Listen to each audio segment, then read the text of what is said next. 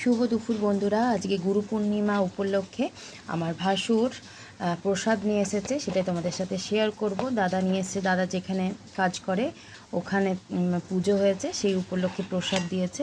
তো দেখো এখানে পুরো ভর্তি খিচুড়ি ছিল। এখানে শাশুড়ি মা সবাইকে দিয়েছি বলে এটা একটু কম লাগছে। তো এখানে হচ্ছে এ দেখো খিচুড়ি, গোবিন্দভোগ চালের দারুণ খিচুড়িটা, মানে আমি বলছি কথা তাতেই আমার মুখে জল চলে আসছে, এত ভালো খিচুড়ি। এই যে আমি এখানে বার করে নিয়েছি এখন একটু খাবো বলে।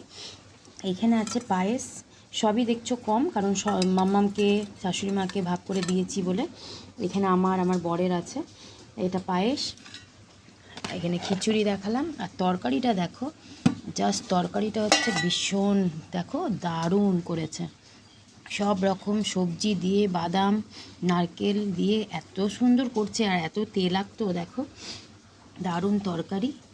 তো এইগুলো এখন খাবো। তো আজকে গুরু পূর্ণিমার দিনে এত সুস্বাদু খাবার, ঠাকুরের প্রসাদ পেয়ে আমি তো খুবই হ্যাপি।